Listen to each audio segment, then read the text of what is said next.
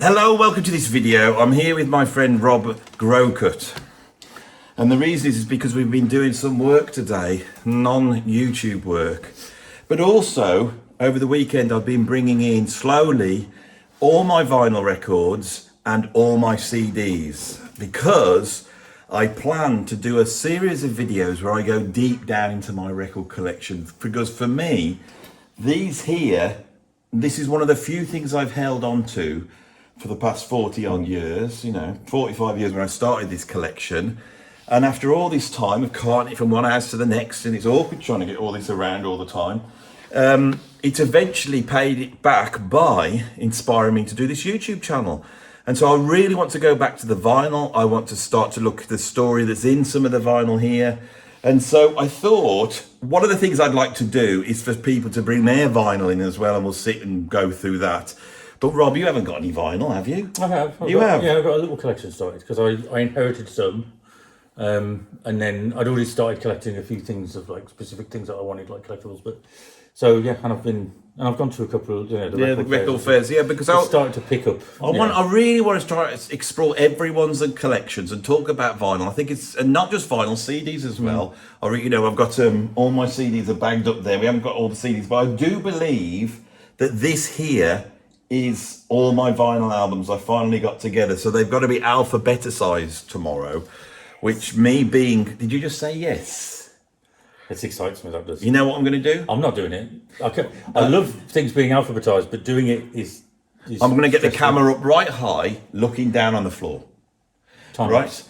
And I'm going to do time lapse, and I'm going to go through the whole lot, and so everyone can see the sort of 26 letters building up like this in front of them. Everyone can see all the albums I've got. I really want to go back to the albums that I own, and I want to start to look at why I love them so much. So, and how it's influenced me, because if this is always the case when I'm doing top tens and trying to be objective, I know I should have certain albums in, but then certain albums, the first album whatever I got, that's always the one that I want. I want it higher. So I actually want to, rather than fight against that, I really want to start to explore the collection. Now, whilst I've got more here, I thought what would be interesting would be to pull out some of these records and see what Rob knows about them, whether he knows the artist. What Rob doesn't know about them. Because although me and Rob are friends and we work together, the reason why we work so well together, because his musical likes are very different to mine. How would you describe your likings? Mine is probably, not to point out ages, but I'm a little bit younger than you, so mine is a little later. So I think, and I wasn't really into jazz until I was older.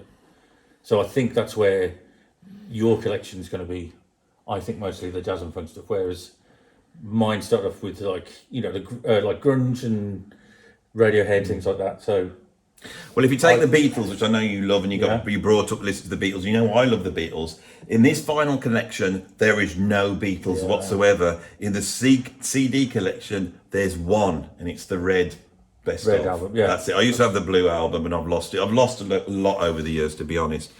And I might have a sort of bootleg copy of Rubber Soul that I grabbed when we used to copy CDs. So, but I want to get the Beatles. Get them in the vinyl. Look at them in the, what I'm going to do is I'm going to stand up and walk around like this. I'm going to go first to the little pile here, right? I don't know where the camera can see. But I'm going to grab an album out of this without looking, basically. It's going to fall. And I'm going to bring it round like that. We're going to grab that one out there. Okay. I haven't looked at it yet. I don't know what it is. And we'll have a chat, because every album has a story.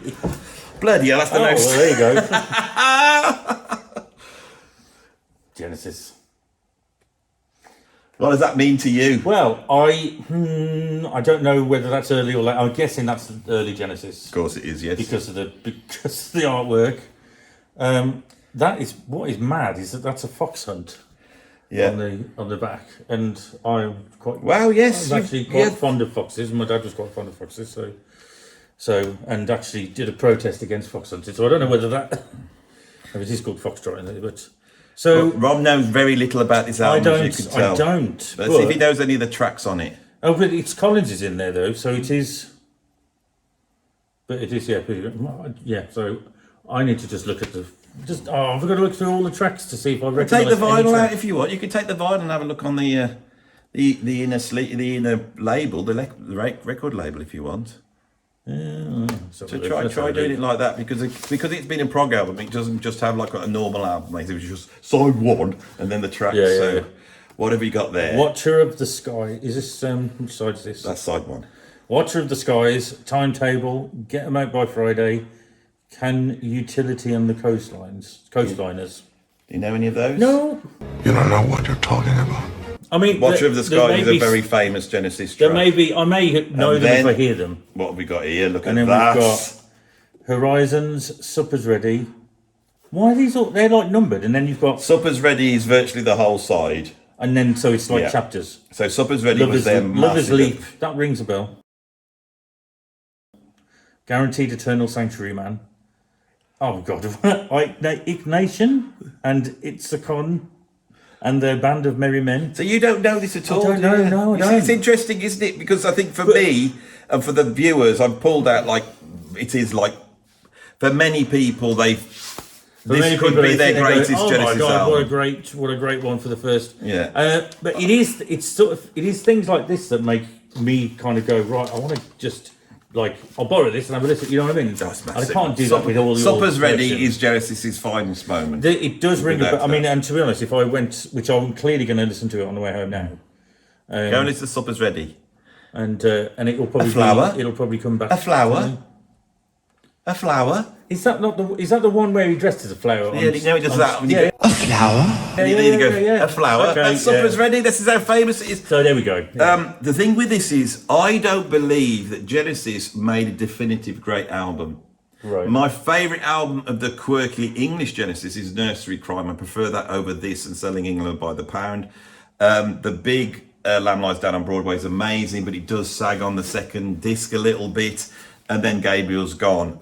In terms of commercial Genesis, I still think there isn't one there either. Maybe the Duke, I would say, which is when they really start moving towards commercial music. But for some people, well, a lot of proggers like Selling England by the Pound, but I prefer this to Selling England by the Pound just because I think Supper's Ready is great. Sags a bit at the end of side one, but that is like sacrilege. So I'm going to go to the next pile now, and that's what we're going to do, like one out of each pile. Yeah, just see what you know. These aren't particularly. They're not in order whatsoever in any way, shape, or form. Oh, what? Oh, I can't put it away because it means we're not letting. So here I have got this. What is that? This is what I want to delve into my collection. Favourite opera and operetta arias. Okay. I haven't heard. Oh, David Hughes. I didn't think I'd heard of it, but he looks familiar. There's David Hughes on the back there. Can you see him? He's got incredible sideboards and incredible hair. This is a studio to studio, which is part of the EMI label, which means it's a cheap album at the time. David Hughes' favourite opera and operetta arias. This is what's cool though as well. It's Birmingham Symphony Orchestra, and it was recorded in the town hall room. Birmingham? Which you have performed. I've also performed there, yes. Oh, this is rubbish, isn't it? I'm going to go to that one. Oh no. What we got? Oh, one of the great albums of all time. We're either getting absolute classics or albums that I'm about to chuck out. So that is the one there.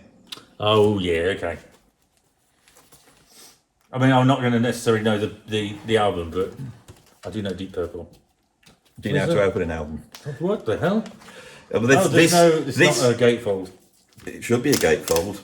Oh, okay. Yeah. Stuck together. Well, this was the first Deep Purple studio album I ever bought. I probably would have bought this around about 81, 82. Look at the hair. I know. That's why I grow hair. Look. That is cool, isn't it? And for me, this is the greatest Deep Purple studio album. Many people like Machine Head. I don't think Machine Head's spoiled a little bit by Made in Japan, where the versions of the Machine Head tunes are better. Whereas there's something about this album that's incredible. And there's 4 albums that invent metal. Led Zeppelin 1, Black Sabbath, Uriah Heep, Very Heavy, Very Humble, and this one. If you get those 4, that is your basic 4 bedrocks of heavy rock, heavy metal. And the thing they're bringing into the mix is the fact that they're playing like sort of double time fast stuff. And it's an incredible album. Ian Pace is amazing, and they're all amazing on it. Yeah, I mean, yeah. Deep Purple in Rock, absolutely great album. Great album. Let's move over to this pile here, and I'm going to get into. And what's surprising, you thought jazz was going to come out. Yeah, we haven't had one jazz record actually. But see, you're going to. Oh, these are all great albums. See, this is the whole point. All my albums are great. John McLaughlin. I like them. John McLaughlin, Shakti. You don't know that. You've album. talked about this, though, I'm sure. This is the first Shakti album. You've talked about Shakti, and you obviously talk about John McLaughlin a lot. But So this was recorded in 1975 in Southampton. I don't believe that's the Southampton we know. I've always felt it's Southampton College in America. Right, it's the first Shakti album. It's amazing because they're basically on fire. And there is just one track on side 2, which is unbelievable. And you can read the title of it, because that's the best thing about the album, is the title of the track on side 2. That's the title. The whole thing? Yeah, that's the title of the track. What need I have for this? What need I have for that? I am dancing at the feet of my Lord. All is bliss. All is... Amazing. That's poetic, isn't it? And look at them on the back, all young. And I have to say, in the late 90s, they brought back Remember Shakti, which didn't feature El Shankar, right, but featured the other guys. They brought in Harry Prasad Chaudhary on a couple of them. So, but they were great, but they weren't like this. But I feel the recent albums by Shakti have not been the same as this. They feel like they're dialed in overdubs. So, but what's the sort of thing behind? Because you've got like Shakti, and it's with John McLaughlin. It's like, well, because he sold the records, and this is what he did. So the point of this was to put his name in bright lights on the front, basically. Yeah, they did that with the Mavish Orchestra, and that's one of the things that upset them, because when they started to go out on tour, the guys would arrive thinking they were in a band, and he'd say John McLaughlin with the Mavish Orchestra, because his name was the thing that sold it. After the Mavish Orchestra, he went from that, which was a big selling band, millions of albums, to forming this weird, folky, Indian classical group, which is incredible. I feel this is the peak of John McLaughlin. Shakti is the peak. That's what I think.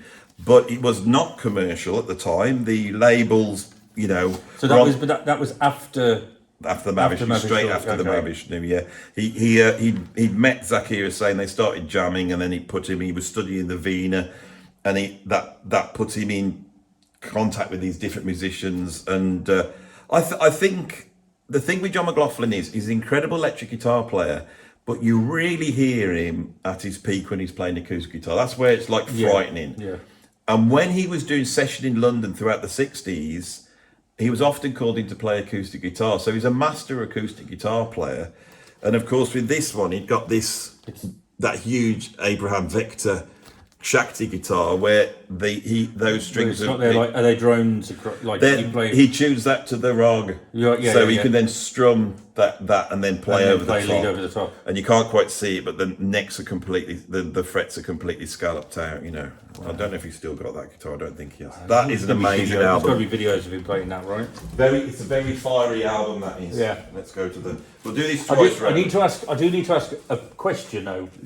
You've got here on this pile, you've got 2 Milt Jackson, Count Bass, the big band. Oh, it's volume 1 and 2. Okay. It's volume 1 and 2. Are they together? So, yeah, they're actually together. That is weird. Because it looked like it was exactly the same album. I was like, no, that's 2 albums there. Ah. Let's have a go with this one. What is it? You planned these. I haven't planned it. Like you're forcing cards, like in a card. Oh. So out of this pile. Oh, here we are. These are all great albums, except that David. Yeah, that's probably a great album. I don't think I've even listened to that. That's. See, I mean, this is the thing. Is like, are you actually going to listen through all these at any point? Once they're up here? When I was doing dance music in the early 2000s, I used to go down, because we didn't have the internet back then. Well, you did, but you couldn't download audio, and if you did, you were there for half an hour. I can remember I'd done this dance record for this American label, And I said, I'll email you the first 4 bars just so you can hear what it's like. And he just would not go on dial-up. It was going there for hours and then he just wouldn't go. No, no. So I would go and buy all these orchestral albums, hoping that there would be like a string section or, and I used to chop them up. So that's why I've got a lot of these and they need to be chucked. This, however, is a great album. You have talked about, you've rated this album in season, Yeah, this is one of the greatest. Now, any of these tracks you know? Let's have a look. It's got to know some of these. I'll have heard them. Xanadu, but it's not the same. It's Xanadu. not your. It's not. But because this is the joke that we have had, where it's like you talk about Xanadu, and you go like, oh, you mean all Xanadu? Cinderella Man. That rings a bell. Was that a single? No. No. Okay. Not a famous one. Oh well, there you go then. Cygnus 10, Cygnus 11, Cygnus 10, 1. I don't know. Cygnus X1. This is amazing, and I know everyone is going nuts. It's not Rob's fault. If we were looking at some albums that he likes, then he'd know all about it, but he doesn't, you see. And that's what you have to understand. This seems all really important to us, but for even people who are musicians, they don't know this stuff. I don't know stuff. I don't know. But next to you, like anybody doesn't know stuff. You know what I mean? Yeah, no, but they're going Cygnus X1. Encyclopedia. It's like Cygnus X1 is one of Rush's most famous tunes. You must know Closer to the Heart. Everything rings a bell, but like I have to just listen to it tonight before I know with these. Because again, this is. I mean, you know what's funny is like when we formed Rain, when we formed our band, and it was like. We were getting little bits of comment, which was really nice. They're going like, you can hear there's little bits of Rush in there, and yes, and this stuff, and it's like that's really nice. But it was never a thing that I grew up on. So, what's that say? Recorded at Rockfield Studios, just down the road. Just down the road. Do you know this? And the men who hold high places must be the ones who start to mould a new reality. Is that closer to the heart? I do know the that. And is it harmonies all over that? Yeah, a bit. Yeah. Both to do their art, they forge their creativity closer to the heart. I have to be honest. Very nice. Yeah, I think I've got the right key there. I felt it was like. I think he's up there. I mean, yes, it's Getty right there, isn't it? Yeah. Well, a horrible voice, but a technically incredible voice. No, I think that's the thing, isn't it? I think it had to have that sort of. It's really. Shrill's the wrong word to describe it, but it kind of is, isn't it? But I think that it had to be like that on top of that, so it was like so. It's like dramatic. It's like somewhere between Robert Plant and Donald Duck on helium. That's how I would describe it. So I've got this one here. You just mentioned him, and I've just pulled him out. Jackson, Wes Montgomery. Yes, I don't know this album so well. I've only just recently bought this. I got it very cheap at a record fair. It looks like it's the Riverside label, so I think that looks pretty old. So we're talking 60 years old. Nice condition. That's what I love about records, is that people have looked after these. This is a piece of the 1960s. So there's not that much around now from 60 years ago that you can go and pick up and grab. There's my mom. You couldn't pick up her and grab her, but did you pick up your mom and grab her? No. And the moms, once they get to a certain point, you're not picking them up and grabbing them. No. But Wes Montgomery, of course. There's so many albums. There's so many albums you don't know. I didn't know this album. And he is teamed with Milt Jackson from the Modern Jazz Quartet. And it's a perfect teaming because they're both virtuosos, but they're very bluesy, both of them. It's like, the thing I like about it the most is the cover, because if this is just, look at them. Look how happy they are to be. It's just the best thing. Yeah, and look what they're wearing. And it's called Bags Meets West. Yeah, because he was nicknamed Bags. Bags. But look at these coats. That's a proper coat. Is it like they just like? Look at that coat, Rob. It wouldn't be great if the behind story of that was that literally is the first time they met. Oh, it'd be outside amazing. the studio, and it's like, oh my god, we're wearing basically the same coat. How funny is that? Take a photo, and then that's it. And then they walk in the studio and then create something which is presumably a masterpiece. Nobody on this album is alive anymore. Nobody. It has gone into history. And you sort of forget that there's nobody alive. Look up. Oh my God! I've just pulled a bit off a Santana album. I'm gonna have to get that together. We won't do Joe Farrell. That's quite a rare album. That is. That means nothing to me. I'm gonna if I can. Oh, this is not gonna go well, is it? Yeah. Well, I think you can. So I've just pulled this one out. Legend. George Formby. Legend, who constantly gets talked about when we play on stage with Mr. Tim Burness, because he is from the same place as George Formby. Very important. This is a very important album to me. Now, Rob yesterday sent me a video of Carr, not Alan Carr, Jimmy Carr, talking about the difference between English music and American popular music, and how we sort of picked up rock and roll in the 1950s. Why is British music so awesome? Why is British music so awesome? Well, I think the reason is we took something that was American and we repackaged it and sold it back to you. And I made a documentary that should have come out by now. And I spent some time on George Formby, and I played a song by him which is called, it's about his dad's nightgown. I can't remember. Not on here. It's not on this one. And in the middle of that, he keeps shouting, "Oh Lordy." He keeps going, "Oh Lordy." And it's really interesting. And then I've realised the banjo ukulele sound, which is coming straight out of minstrel shows into New Orleans jazz. And the way he's strumming it, all this, it's traditional jazz. And that's why he's saying, "Oh Lordy." And so the influences of jazz were in English music far earlier than people think. And so when you listen to George Formby, it seems very English to us, but there is a line through of incorporating English music that you could hear with George Formby, you hear it with Ian Jury, you hear it with Chaz and Dave, you hear it with Madness, that Madness takes ska and these things and then turn it into very English sounding music. And the reason is because the two forms are much more closely related than you think, and it's the music hall vaudeville crossover. George Formby was the greatest, and even now he's a delight. You go and watch. I'll watch him. I absolutely love him, and I think he's performing. He's incredible ukulele playing, and the songs are great. I mean, this is the thing. It's like, I mean, look at the book ending of this album, starting with "When I'm Cleaning Windows." Well, I have to say, and he's like, "So when I'm cleaning windows." And then leaning on the lamppost at the end as well. I'm leaning on the lamppost at the corner of the street in case a certain little lady comes by. Oh me, oh my, oh hope a little lady comes by. But the thing is, we both know it, and it's that as a song is amazing, isn't it? It tells a story straight in. It's so sophisticated. And I think, if I'm right as well, with my little ukulele in my hand, I think that's one. Because in one of my first bands, the lead guitarist he was a uke player. And I knew a couple of people who played uke, and he used to do that sometimes at an open mic.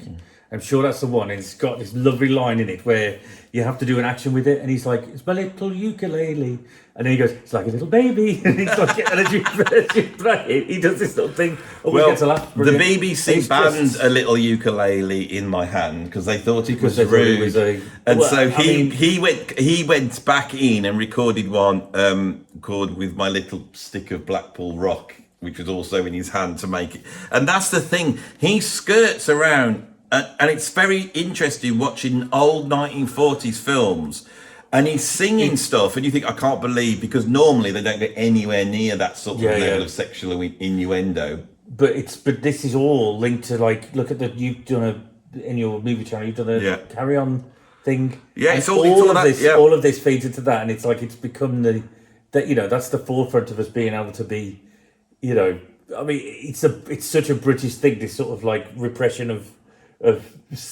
any kind of sexuality, and it's such a such a beautiful thing that this is like. But this is what the Beatles had. The thing is, which no one's really discussed, is when you look at the Who, when you look at the Kinks, and when you look at the Beatles, they're far funnier and more entertaining than if you go to look at the Doors. I mean, the Doors are never going to sing like lazy on a Sunday afternoon, No, and no, you no. know, or you think about Yeah. the Who. I'm a boy. But you're coming out you know. of that. You're coming out of that stuff like the Lonnie Donegan. Yeah. This is you it. know, Tommy Steele, like those. Yeah, Tommy Steele. It's like, and it was all supposed to be. This is like, it's such a fun Yeah, it's thing to do. It's Everything one, playing is fun and all. It's one of the characteristics that makes British rock and roll travel so far. Yeah. And it's the same with your dad's band, ELO.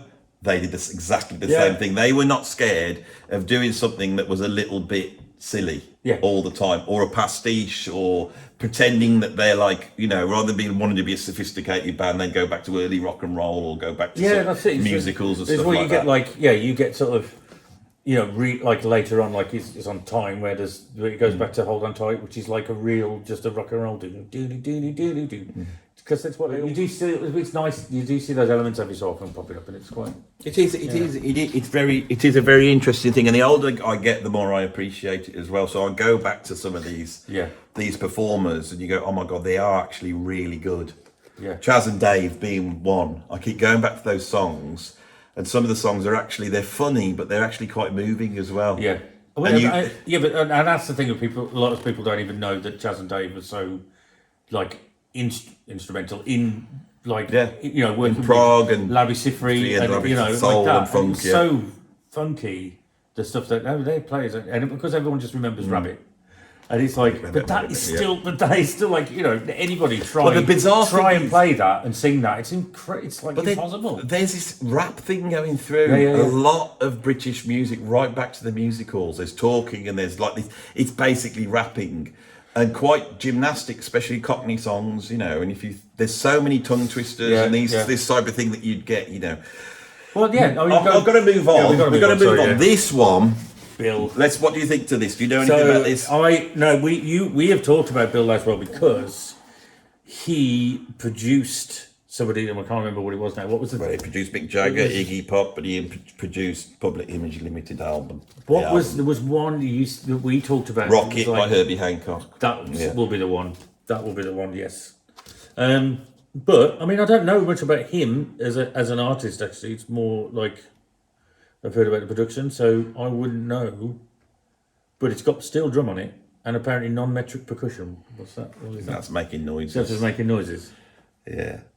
So at this point, this is quite an early album, early, right? Yeah. Yeah, this is around about 1982. This was made for electro musicians as well, not for one of Laswell's own labels. Now, at this point in time, Laswell's doing the groundwork for Rocket. It's exactly the same time. So he's working in the area of early hip hop, using a lot of sampling and scratching and all that type of stuff.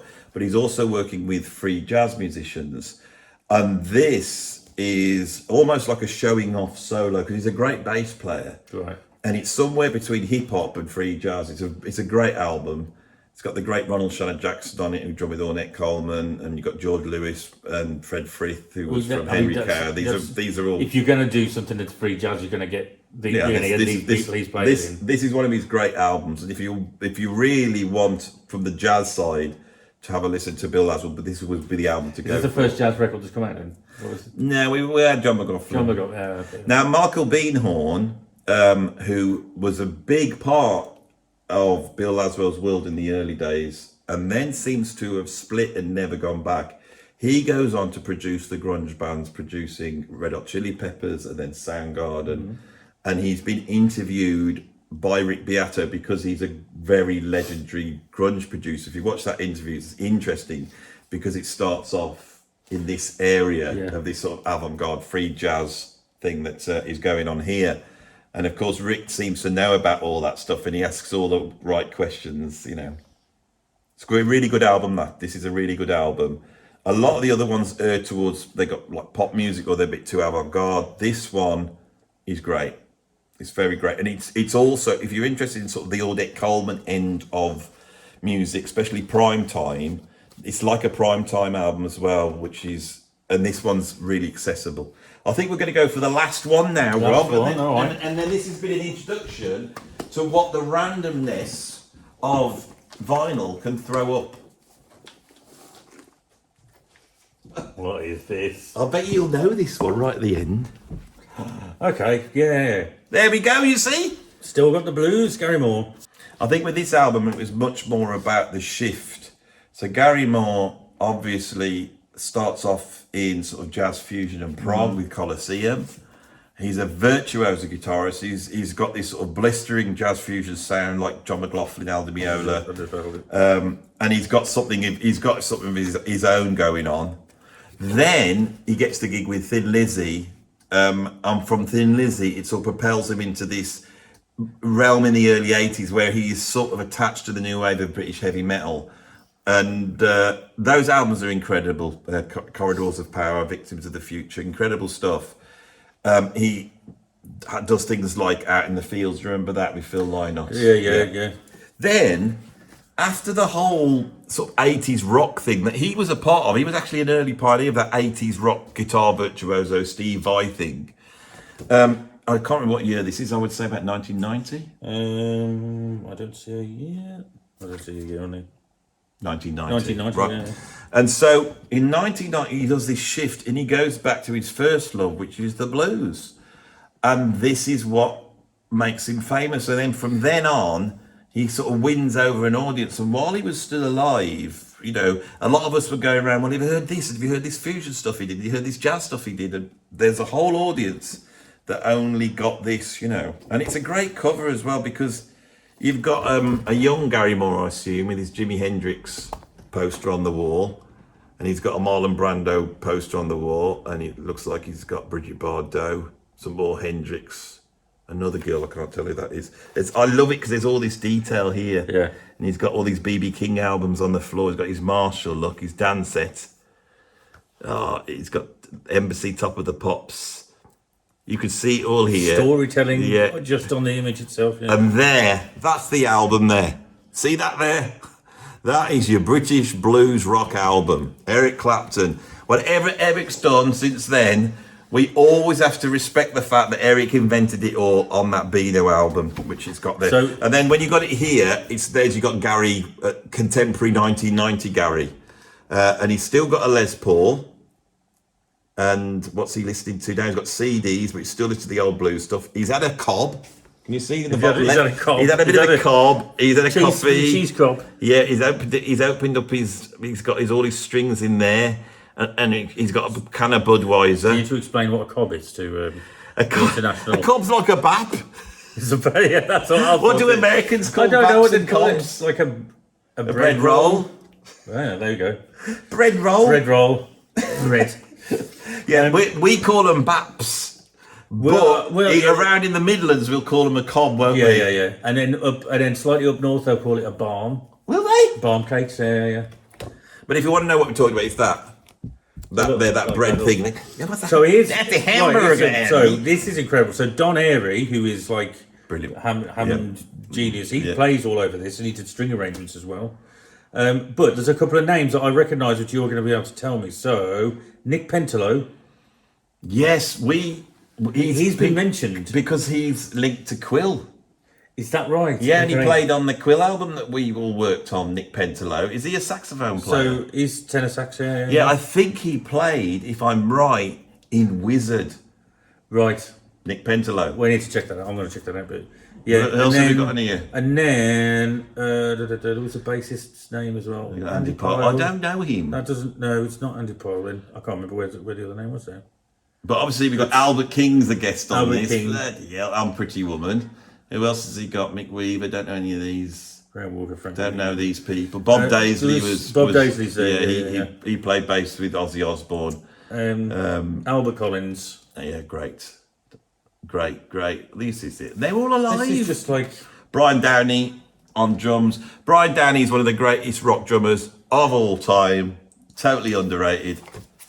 So, but you remember Very this nice. album, don't you? Yeah, I've heard. To be fair, I'd have heard. Right, I'm going to pull one all out of that that. Rob will know. So I'll throw some your way. You can talk about. Okay. Right, because I know you're a nerd. You might What's like this? that one. Brilliant.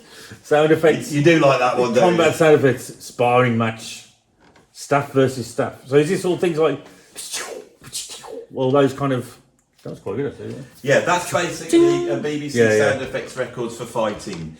And I love it because you put it on and it goes... "Yeah, It's like this. Fight. It's a whole album. Fight 2 people. Like very specific. Oh, see, I always have to one with 3 people. You can have that back. Right. There is a fight for 3 people. After out of this, there's got to be over 1,000 albums. I've been able to find the one that I wanted to win. You can tell me something about that on vinyl that I own. There we go. I knew it was clearly going to be, because my identity clearly just is just connected with this. But it is. I mean, this. Okay, so we did our ranking, didn't we, a few months ago?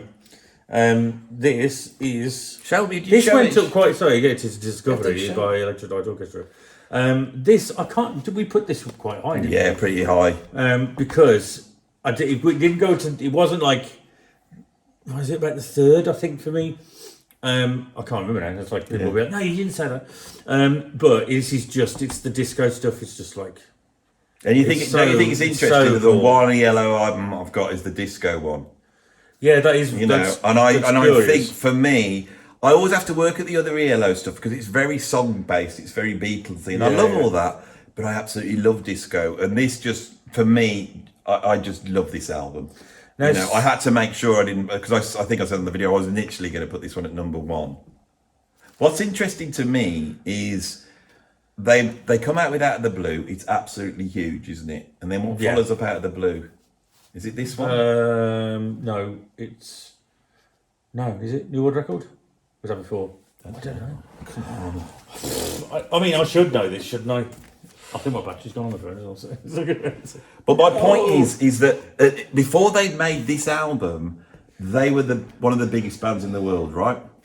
And then they go into the studio, they change their sound completely.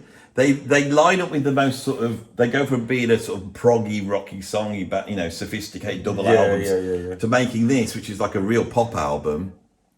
And they've got budgets. Right. It is this. I thought it was. Right. And the budgets are such that this looks like a painting, but that's set up. Look at this. No, well, if I'm right, there's a TV spot, a video. Yeah. Like this chase is actually real, videoed. Yeah. And now I'm sure I heard a rumor, but I may be completely wrong. That guy on the front. No, this might be one of those like rumors, and it needs to be checked out. And I'll find out. So this could be apocryphal, but interesting.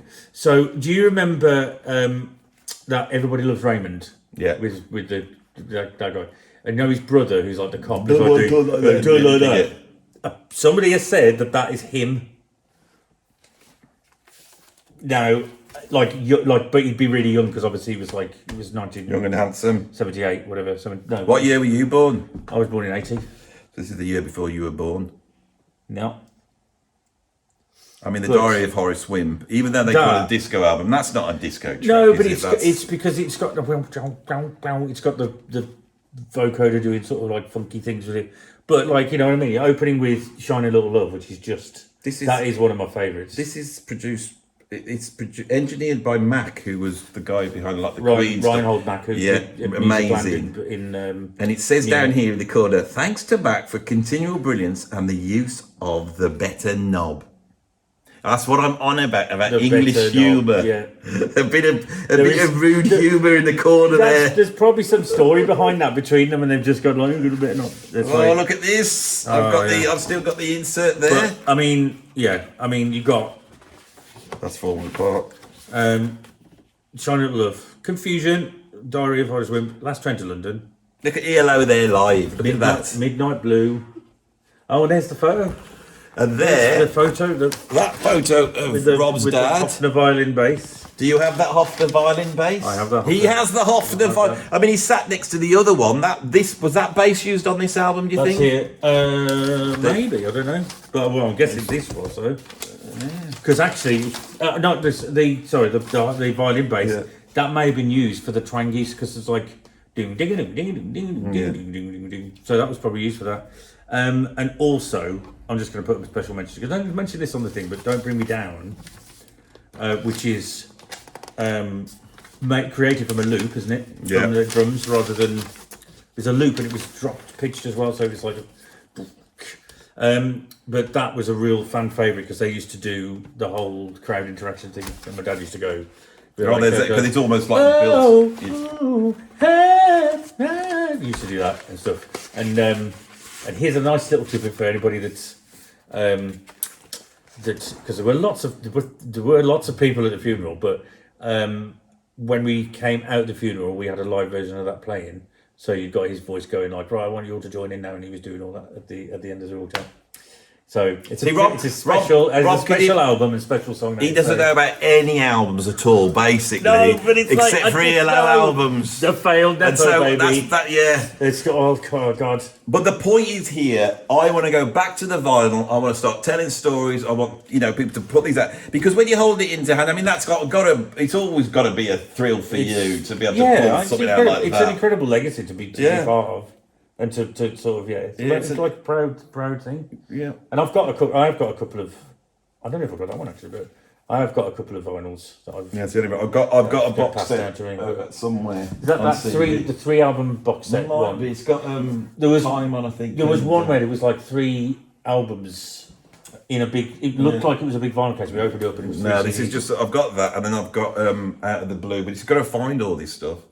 So I've got a collection there. Anyway, thanks for watching this video. I hope it was a bit of a sort of throwaway thing. This video was. I can't be just coming up with solid gold all the time, can I? No. And we're in a lot of work at the moment. We have to come up with a bit of iron pyrite. Yeah. It's never feels gold. I know what iron pyrite is. When I was saying that to explain, do they know? They know. They're not stupid. This lot. No, they're not. They're not stupid.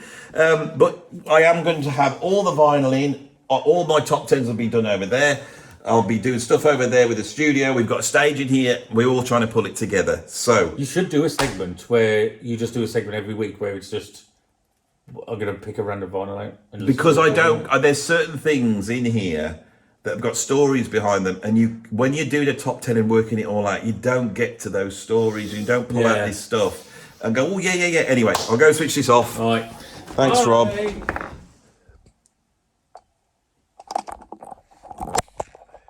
Say no battery.